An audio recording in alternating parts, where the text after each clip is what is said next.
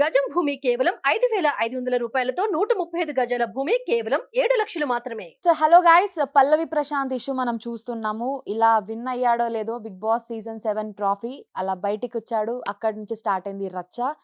పల్లవి ప్రశాంత్ ఫ్యాన్సే తనని జైలుకి పంపించినట్టుగానే ఉంది. ఎందుకంటే పల్లవి ప్రశాంత్ ఫ్యాన్సే ఇదంతా చేయడం జరిగింది కాబట్టి ఇంత రచ్చ అయితే జరిగింది. మీరందరూ చూస్తూనే ఉన్నారు. మరి చాలా కేసులు పెట్టడం జరిగింది. 6 కేసెస్ ఉన్నాయి తన మీద. మరి ఆ కేసు ప్రభావం వల్ల ఇప్పుడు 14 డేస్ రిమాండ్కి వెళ్ళడం జరిగింది. మరి దాని నుంచి తప్పించుకొని బయటికి వస్తాడా, లేదంటే ఇంకా ఎక్స్టెండ్ అయ్యే ఛాన్సెస్ ఏమైనా ఉన్నాయా? దీని గురించి మనతో మాట్లాడడానికి క్రైమ్ జర్నలిస్ట్ శ్రవణ్ కుమార్ గారు ఉన్నారు. మాట్లాడదాం. నమస్తే సార్. నమస్తే అండి. సో మనము బిగ్ బాస్ సీజన్ మొత్తం చూసాము, రివ్యూస్ ఇచ్చాము. పల్లవి ప్రశాంత్ విన్నింగ్ ని కూడా ఎంజాయ్ చేసాం.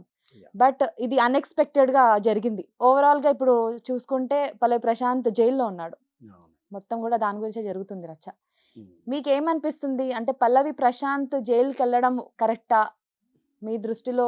అంటే తను ఇందులో ఇన్నోసెంట్ గా ఇరికిపోయాడా? మేడం, నిజంగా కూడా పల్లవి ప్రశాంత్ గెలవాలని మొదటి నుంచి కూడా నేను కోరుకున్నాను. ఆడే సాధారణ చూసే ప్రేక్షకుడిగా కోరుకున్నాను. ఎందుకంటే మొదటి నుంచి కూడా బిగ్ బాస్ మీద ఒక చిన్న విమర్శ ఉండేది. రైతును పెట్టండి ఎవరికి ఉపయోగం ఉన్నప్పుడు. ఒక రైతు వెళ్ళాడు కదా, సో వాళ్ళు ఏం చేస్తాడు, మనం రైతును ఎందుకు తీసుకోరని ప్రశ్నించిన మనం అతన్ని వెళ్ళిన తర్వాత నేను గెలిపించుకున్న బాధ్యత కూడా మనదే ఉందని కూడా నేను మొదటి నుంచి కూడా చెప్పుకొస్తాను.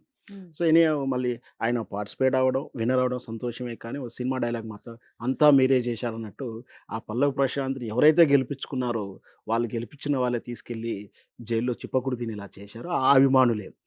ఇక్కడ అభిమానులు అందరూ కాదు, కొందరు మాత్రం ఆకతాయి కుర్రాలని చెప్పొచ్చు, లేదా ఆవారా బ్యాచ్ అని చెప్పొచ్చు, ఇది బాధ్యత తెలియని వాళ్ళని చెప్పొచ్చు. వాళ్ళ అభిమానుల పేరు మీద అక్కడికి వచ్చేసి అలజడి సృష్టించి ఇంత రాద్ధాంతికి కారణమై అతని జైలు వెళ్ళడానికి పరిస్థితులని దోహదం చేశాయి. నిజంగా అభిమానం అనేది ఎప్పుడు కూడా ఇష్టంగా మారాలి, ఆ ఇష్టం ఆరాధనగా మారాలి అనేది నా సిద్ధాంతం. కానీ ఈ అభిమానం ఈ రోజుల్లో ఎలా ఉందంటే, అభిమానం ఆ వెర్రితనం, ఆ తర్వాత పిచ్చితనం నుంచి షాడిజంలోకి మారిపోయింది.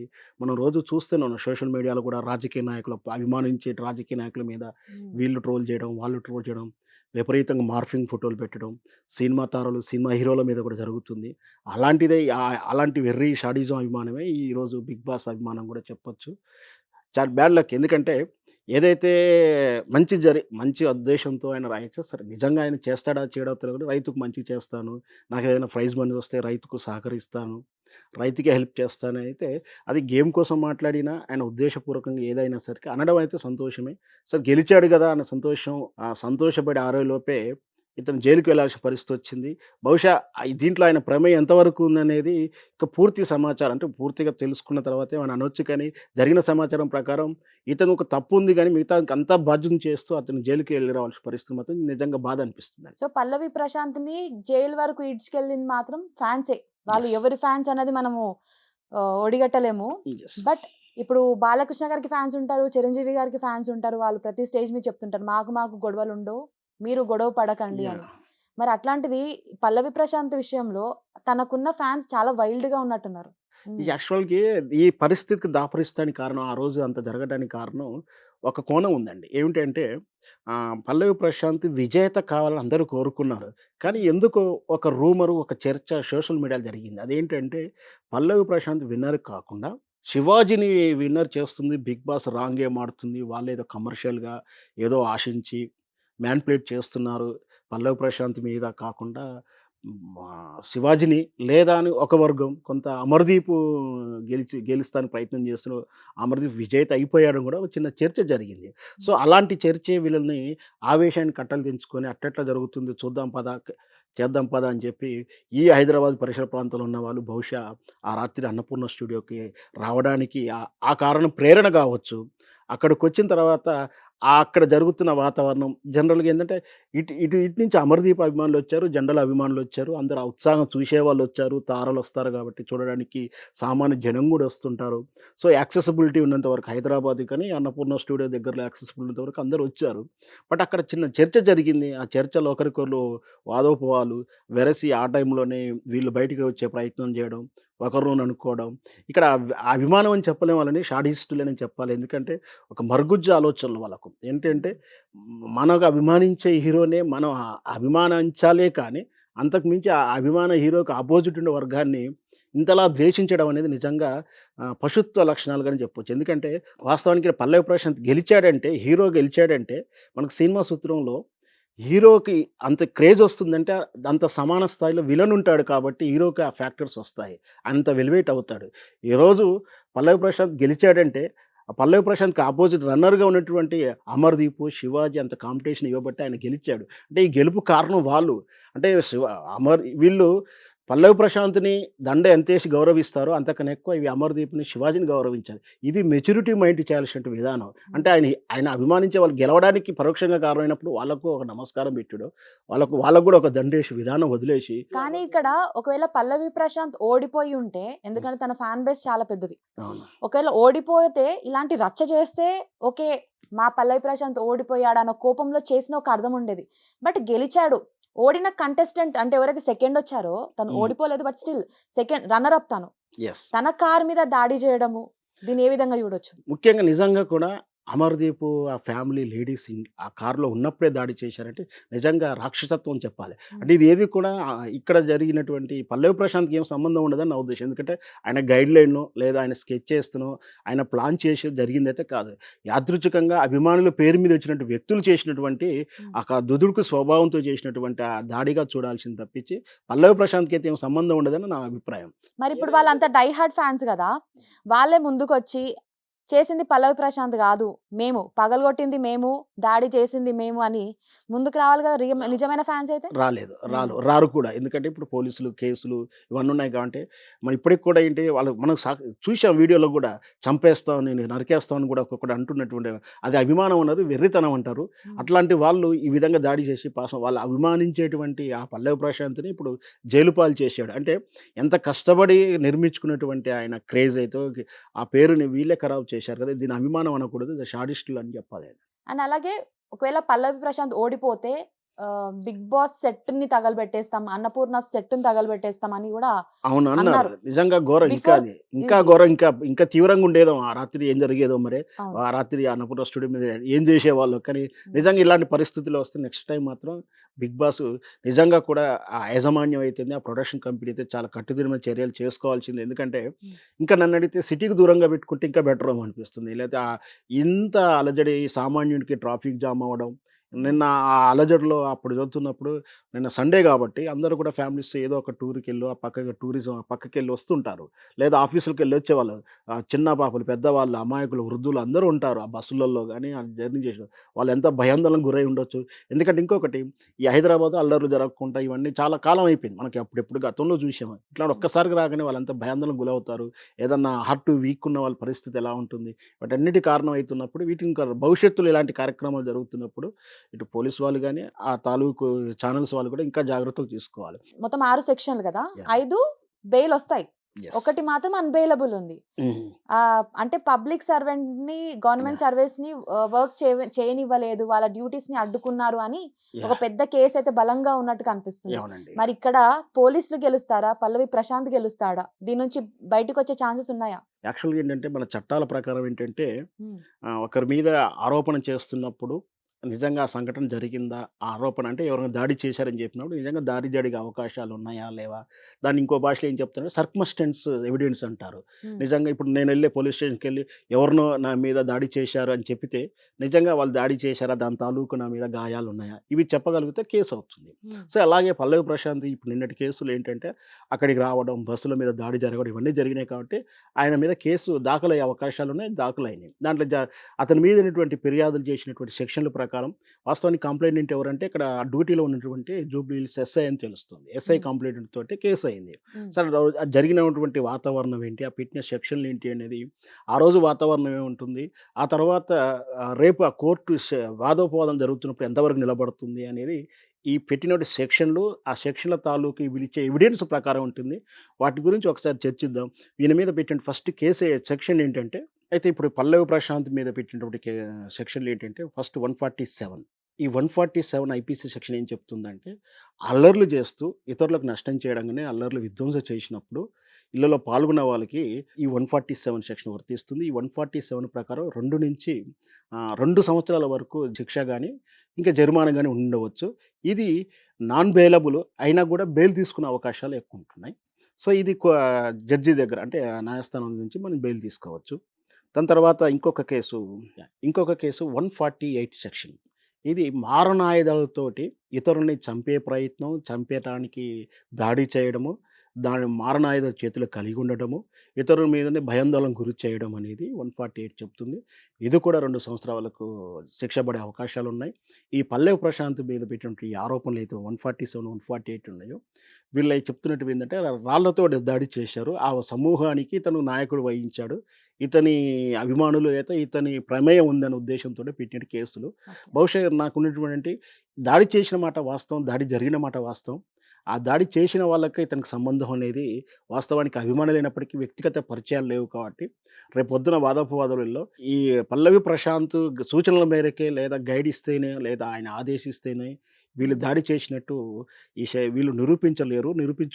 నిరూపించే అవకాశం కూడా లేదక్కడ. ఎందుకంటే ఆయన 100 కానీ ఒక డేస్ వీడియో ఉంది. మేము పల్లవి ప్రశాంత్ ఫ్యాన్స్ కార్ పగలగొట్టింది మేమే అని.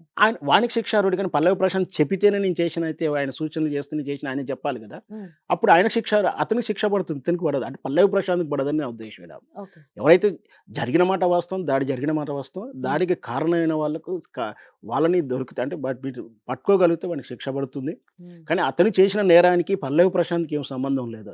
తన పేరు చెప్పి ఇతను చేసుకొని ఉండవచ్చు. నేను ఆయన అభిమానుల్ని, నా అభిమానాన్ని ఇతను ఇలా అన్నాడని నేను దాడి చేశానని అతనికి డిఫెన్స్ ఉంటుంది గానీ, హ్మ్. ఆయన సూచన మేరకు చేశాడని లేదు కాబట్టి బహుశా ఇది 148(7) ఈయనకు వర్తించకపోవచ్చు.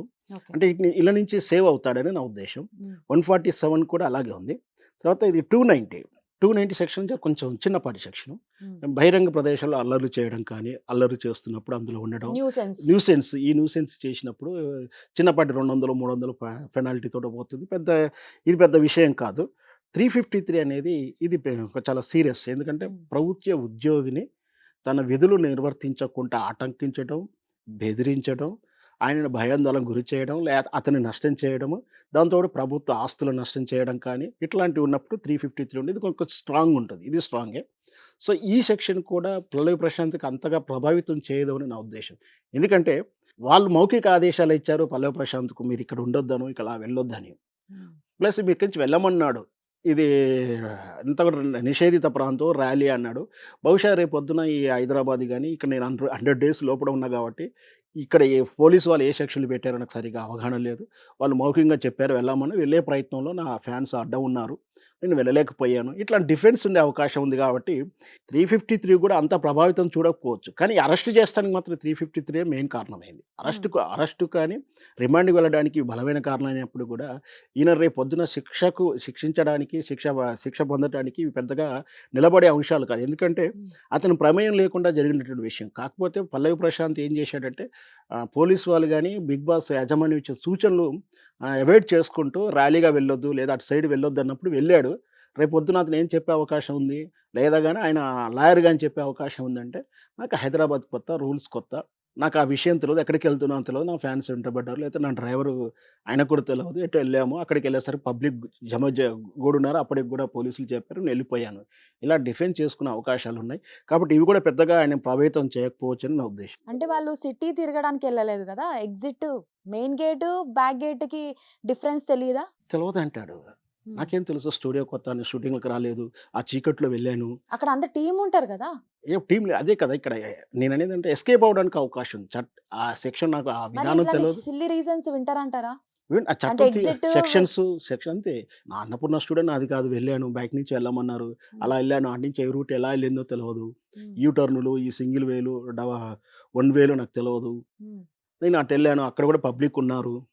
ఆ పబ్లిక్ ఒక్కసారిగా వెంటబడ్డారు. అని తను చెప్పుకునే ఛాన్సెస్ ఉంది. ఉన్నాయంటారు. బట్ అక్కడ వినొచ్చు, వినకపోవచ్చు కూడా. వినకపోవచ్చు. అది కూడా ఉంది. ఓకే. అది కూడా ఉంది. లేదు నేను సూచనల మేరకు వద్దంటే బలవంతంగా వెళ్ళాడని ఎవిడెన్స్ కూడా వీళ్ళు పెట్టగలగాలి. హ్మ్. వీళ్ళు ఏదైతే సెక్షన్స్ పెట్టారో ఆ సెక్షన్ తాలూకు ఎవిడెన్స్‌లు వీళ్ళు స్ట్రాంగ్‌గా పెట్టగలగాలి. అవి కూడా ఏంటి, ఐ విట్నెస్ ఉన్న వాళ్ళు చెప్పాలి, లేదా వీడియో సాక్ష్యాలు చెప్పాలి. పోలీస్ వాళ్ళ దగ్గర వీడియోస్ ఉన్నాయి. వాళ్ళకి చెప్పాలి. అవి ఉంటే మాత్రం ప్రభావితం అప్పుడు చేస్తుంది. పల్లవి ప్రశాంత్ చెప్పిందేంటి, నేను ఏమైనా దొంగతనం చేశానా, నేను ఇన్ని డేస్ ఆట ఆడి గెలిచాను, అందుకే నేను దొరలాగా ముందు నుంచి పోతా అని తను కావాలని ముందు నుంచి వెళ్ళాడు. అలాంటప్పుడు శిక్ష పడుతుంది. ఆ వీడియోని చూపిస్తే పడుతుంది. వీడియో సాక్ష్యాలు ఎంతవరకు పనిచేస్తాయి, ఎంతవరకు కన్సిడర్ తీసుకుంటారో కూడా తెలుసుకోవాల్సి. ఎందుకంటే ఈ రోజుల్లో మనకు తెలుసు మ్యానిపులేటెడ్ అవుతుంది. బహుశా నిజమైన వీడియో కావచ్చు, అది నిజమే అని కూడా వీళ్ళు నిరూపించి అక్కడ పోలీసు వాళ్ళు పోలీస్ ఫేస్ ఉంది, పల్లవి ప్రశాంత్ ఉన్నాడు. నిరూపించుకోగలగాలి. అంటే నేను అనేది ఏంటంటే వాళ్ళకి డిఫెన్స్ అయ్యే అవకాశాలు ఎక్కువ ఉన్నాయి. దాంతోపాటు 427 ఆస్తి నష్టం, ఇతరుల ఆస్తి నష్టం చేయడం, ఇది కూడా ఇతనే ఆస్తి నష్టం చేయలేదు. మీరు చెప్పినట్టు ప్రాపర్టీని ఏం డ్యామేజ్ చేయలేదు ఈయన. ప్రాపర్టీ డ్యామేజ్ ఈయన ఏం చేయలేదు కదా. అంటే కేవలం 353 పోలీసుల విధులకు ఆటంకం కలిగిస్తూ వాళ్ళని బేఖాతరు చేస్తూ నేను వాళ్ళు చెప్పిన మాట వినలేదు ఒకటి మాత్రమే వస్తుంది. మీరు చెప్పినట్టు వీడియో ఉంది. ఆ వీడియో కూడా కన్సిడర్ అవుతుంది. దానికి ఏమైనా పనిష్మెంట్ ఉంటే ఉండొచ్చు. అది కూడా ఏమాత్రం నిలబడగలుగుతుందో చూడాలి. ఇంకోటి 149 అనుమతి లేని ర్యాలీలు బహిరంగ ప్రదేశాలలో ఉండడం అనేది అది కూడా సెక్షన్ పెట్టారు. పోలీస్ పర్మిషన్ ఉండాలి. పర్మిషన్స్ అనుమతి లేని చేయకూడదని చెప్పాము. కాకపోతే ఇది అనుమతి లేని ర్యాలీ అని కావచ్చు. కాకపోతే అనుమతి ఇవ్వలేదు కనుక నేను అప్లై చేయలేదు, అనుమతి లేని నిషేధ ప్రాంతం అని వాళ్ళు చెప్పలేదు. ఓవరాల్గా జరిగినటువంటి విషయమే కాబట్టి ఇది కూడా పెద్దగా నిలబడకపోవచ్చు.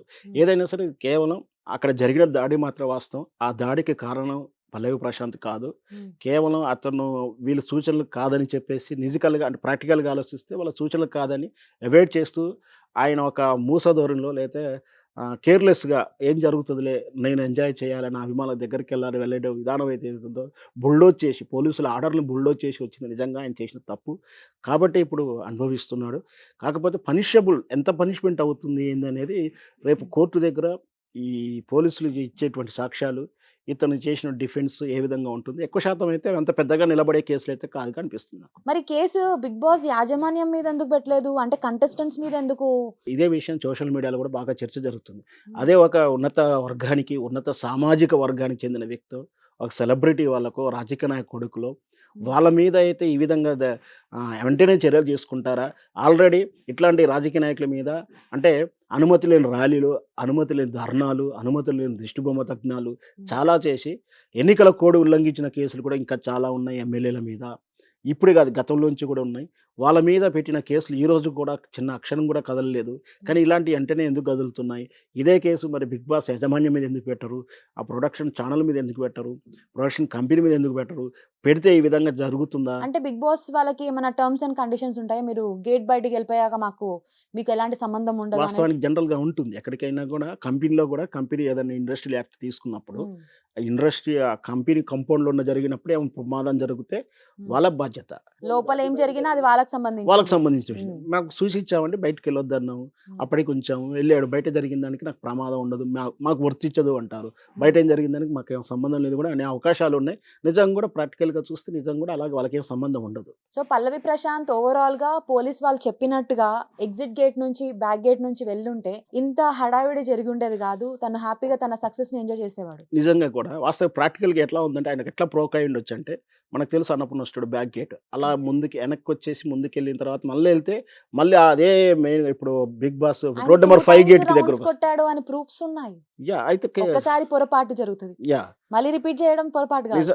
అందుకనే ఇప్పుడు ఆయన రిమాండ్కి వెళ్ళే పరిస్థితి వచ్చింది. పోలీస్ వాళ్ళు ఇంత గట్టిగా అంటే ఇంత స్ట్రాంగ్ గా ఈ కేస్ ని మూవ్ చేశారని అంటే అది ఎంత ఈజీ కాదు. వాళ్ళ దగ్గర ఖచ్చితంగా బలమైన ప్రూఫ్స్ ఉండబట్టే. వాస్తవమే మీరు అనేది కూడా నిజంగా కూడా సాక్ష్యాలు ఉన్నాయి. ఒకవేళ ఉంటే ఆయన చేసిన విధానికి అనుభవిస్తున్నాడు. ఇక్కడ కూడా సోషల్ మీడియాలో వచ్చే ప్రశ్న ఏంటంటే ఇంతగా పనిచేసిన సెక్షన్లు, ఇంతగా పనిచేసే పోలీస్ తీరు ఇతరుల మీద కూడా ఎందుకు పనిచేయవు? ఇతర నాయకుల మీద ఆల్రెడీ కేసులు ఉన్నప్పుడు వాటికి లేనటువంటి మూమెంట్ దీనికి ఎందుకు తీసుకున్నారు? ఒక సామాన్యుడైనా లేదా ఒక మధ్యతరగతి కుటుంబుడైనా లేదా ఒక రైతు అని చెప్పి అన్న అలసత్వమా? మిగతాదని కూడా ఒకవైపు చర్చ కూడా జరుగుతుంది. ఏదైనా చట్టం అందరికి సమానమే. ఎవరికైనా సరే చట్టం ముందు అందరూ సమానమే. ఏదైతే సెక్షన్లు ఉన్నాయో అప్లికేబుల్ ఉన్నాయో ఖచ్చితంగా ఏదున్నా సరే చట్టాన్ని గౌరవించాలి. చట్టం గౌరవించి అతను అరెస్ట్ అయ్యాడు అంటే పారిపోలేదు. వాస్తవానికి ఏమని చెప్తున్నారంటే పారిపోయినారు, ఆయన పనిలో ఆయన ఉన్నారు. వచ్చినా కూడా మనం చూసే వీడియోలో కూడా నేను వస్తా అని చెప్పి వెళ్ళిపోయాడు. రిమాండ్ కూడా వెళ్ళిపోయాడు. బహుశా రేపు బెయిల్ తీసుకొచ్చిన తర్వాత ఆయన వర్షన్ ఎలా ఉంటుంది, ఆయన యాటిట్యూడ్స్ ఎలా ఉంటాయో కూడా మనం వేచి చూడాలి. Thank you so much. Thank you అండి.